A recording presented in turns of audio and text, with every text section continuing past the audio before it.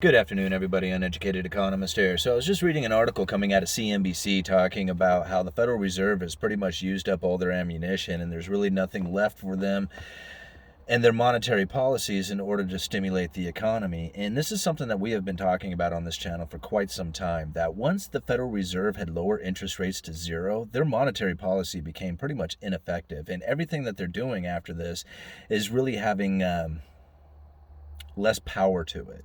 So originally, like back during the Great Financial Crisis with Ben Bernanke, and he started the quantitative easing programs, this boosted the economy. I mean, this got people out there borrowing monies. It got interest rates down to, took the Fed funds rate anyway down to zero. It gave people the availability to borrow at incredibly low interest rates.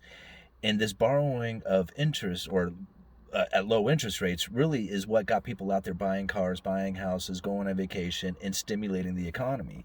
And we got the effects of it to last for, quite a few years, almost 10 years of it. Now, of course, there was many rounds of quantitative easing that was involved. But overall, in the end, the Federal Reserve had taken their balance sheet from around $850 billion up to a little over $4 trillion, right? $4.5 trillion. Well, this latest economic downturn that we've had the Federal Reserve expanding their balance sheet by almost double that. Okay? So they went from $4.5 trillion, they took it down to just under $4 trillion, for a short period of time, as they had the, what were they referred to it as? Autopilot. Remember they were calling it autopilot, where the Fed funds rate would tick up every quarter, or tick up 0.25% every quarter. Anyway, that didn't last too long before they realized the effects of raising interest rates was very detrimental to the economy, and that's when we started having the crash take place. Now, of course, there was a slowdown in the economy way before the whole COVID lockdown, all that other stuff started taking place. But nobody really talks about that. They just talk about how awesome the economy was until the COVID hit and we had to lock down, and that's what, pretty much destroyed the economy. It was already on its way. Okay? COVID just expedited the situation, and that is really the truth of the matter. But it's hard for people to kind of grasp that idea. They're so stuck on the idea that it was the COVID's responsibility for the downturn in the economy, they just don't see it any other way. Now, the Federal Reserve, they attempted to do basically what they had done during the last financial crisis, where they were buying up, lots of U.S. debt, buying up a lot of mortgage-backed securities, and then they set up these lending facilities to try and provide backstops for every single corner of the market out there that has a loan attached to it. Credit card debt, car loans, municipal bonds. It just goes on and on. The amount of lending facilities that they have out there and what they can do to back up all the debt that is needing to be given out there and to keep it from freezing up. That was the whole point of the Federal Reserve and those lending facilities, is to make sure that if there is a loan that's going to be made, somebody is going to be willing to do it. I mean, and all that really did was boost confidence. That's it. I mean, that's really ultimately what those lending facilities were to do. It was to provide the people out there, the investors and anybody else out there, that the Federal Reserve would definitely be there to backstop this event. That if anybody came out there and says, I'm sorry, we're not buying credit card debt, the Fed says, we will. Okay? If somebody comes out there and says, there's nobody buying corporate debt, the Fed says, we will. And by saying that, they pretty much got the investors to go out there and front run them by going out and buying up bad debt, that corporate junk bonds, right? Because they knew that if they buy it now, that the Federal Reserve would buy it into the future. That's what they were totally anticipating when they did it. And so the Federal Reserve ultimately didn't have to buy anything. They just said that they had to. They were going to buy stuff. That was it. And now they're sitting in a situation where they can't just say that they're going to do it anymore. Their words are becoming less effective. That forward guidance that they give, it's just them trying to jawbone the investors into believing that they are going to do what they say they're going to do. Okay? When they tell the investors out there, we have a lending facility for buying corporate debt, then it tells the investors, hey, let's go out and buy corporate debt. We don't have to worry about there not being a buyer for it because the Federal Reserve says they're going to do it.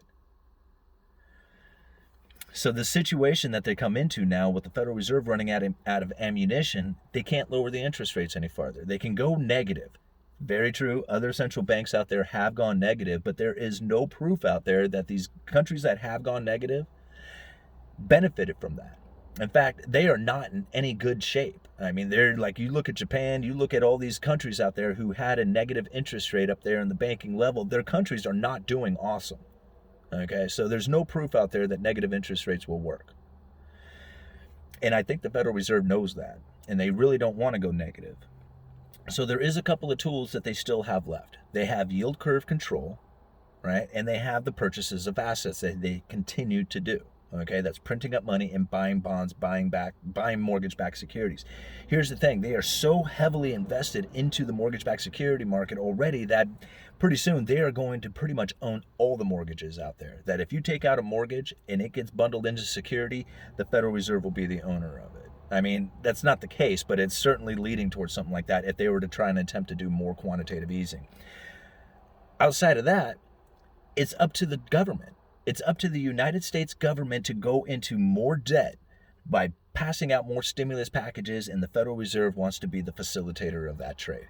That is ultimately what their intention is as far as a monetary policy. And then, of course, they'll let you know that there's inflation coming, because they want to make sure that, everybody expects the inflation, because if you expect it, then you're going to try and deal with that by spending your money before you lose it to inflation. So it's more of them jawboning to try and convince you that inflation is coming than it is actually inflation coming, because they have yet to get inflation to come over the past 10 years, even though they had convinced everybody that quantitative easing was going to cause inflation. It just didn't happen. Now, if they did not convince everybody that inflation was coming, we would have had some serious deflation, because people would have been holding onto their money, not thinking that inflation was coming, and we would have had an even worse downturn. But the quantitative easing and the convincing from the Federal Reserve to the people that inflation was coming, it got the economy rolling. Does that make sense? It got people to go out there and spend that money to take out that debt. And that is really desperately what the Federal Reserve would like to try and do again, but people just don't believe it. They've already experienced the quantitative easing. They do not care about what the Federal Reserve says about quantitative easing. It's just like, yeah, that old game. We already know that doesn't work. And so now the Fed is sitting there going, well, if we can't tell them we're going to be doing quantitative easing and this yield curve control really doesn't help, what is it that we can do? They're out of bullets. They're done. Okay? So the whole monetary system has to change. And that's the big reason for the digital push. That's the big reason for the central bank digital currency push, is because they know that this monetary system is going to fail, and they have to take interest rates into negative, and they cannot do it with cash in the system. So they're going to push for this digital currency to lock everybody into the banking system, to force them into spending their money or investing their money. But the last thing you're going to want to do is hold on to it in the side of a savings account, because there is no savings. It'll be a depreciation account. So what else did I want to add into that? God, there's got to be something else in there. Oh, that's what I wanted to talk about. Found an article from Kitco talking about the gold standard. So this is a monetary policy that could actually take place right now in our current monetary policies, in our current system, the way it works, right? So this was pretty interesting, and I hadn't really thought about this. Now, I heard it before, and I didn't really kind of wrap my head around it, but this really kind of makes a lot of sense, that you can return to the gold standard, not the classic gold standard like we remember, where you could turn in your fiat for a certain amount of gold, but more or less, the Federal Reserve can attempt to do gold price control, where they buy and sell as much gold as they need in order to maintain a particular price on the spot price. It's interesting, trying to wrap your head around how that kind of system would look, that the Federal Reserve would be more paying attention to the price of gold and how much they have to buy and sell in order to maintain that price. And then people can then look at their dollars at a set amount of gold, because if if you have, say, for example, they try and fix it at $2,000. All right. If you have gold, you are guaranteed that set amount of gold would be worth $2,000. Or if you had $2,000, you could be guaranteed it would be worth that set amount of gold. Now, guarantee, I don't know about guarantee, but you'd be more confident. How about that? That you'd be able to do that change, that trade. Anyway, I'm going to leave it at that. I'm going to leave some articles down there in the description for you guys to take a look at.